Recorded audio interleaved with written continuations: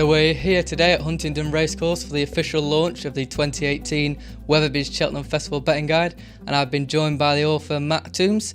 Matt, for people who haven't had the book, seen the book before, could you just give a quick overview of what's inside? Well, the idea of it is simply to try and give as much assistance as possible to betting and winning at the festival. So there are 20 race chapters for each of the 28 races, where we're looking at the inherent nature of the race, looking at the factors that are over and under bet. For the trends followers, that we've got trends box, specifically not just positive and negative trends, but those that have given a good P&L in the past. And we've got a new feature this year, hot pots.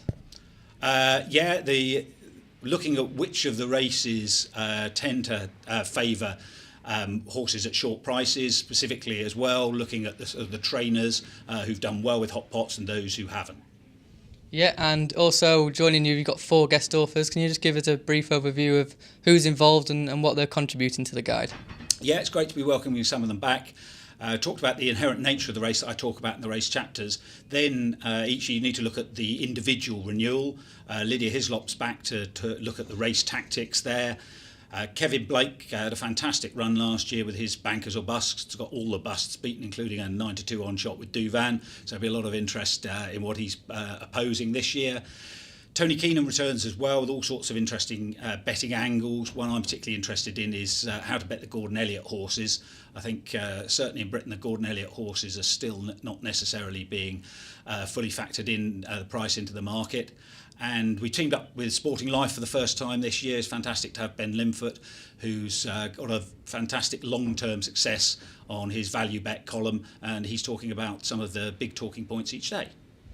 And finally, there's packs of stats and trends in the book. But if you could give our viewers just one piece of advice for betting on the festival, what would it be? I think it's because there's so much information around now that the market very quickly gets that accurately priced in. So you've got to be finding angles that people aren't talking about. So one we've got in the Gold Cup this year is what I've called the proven stamina myth.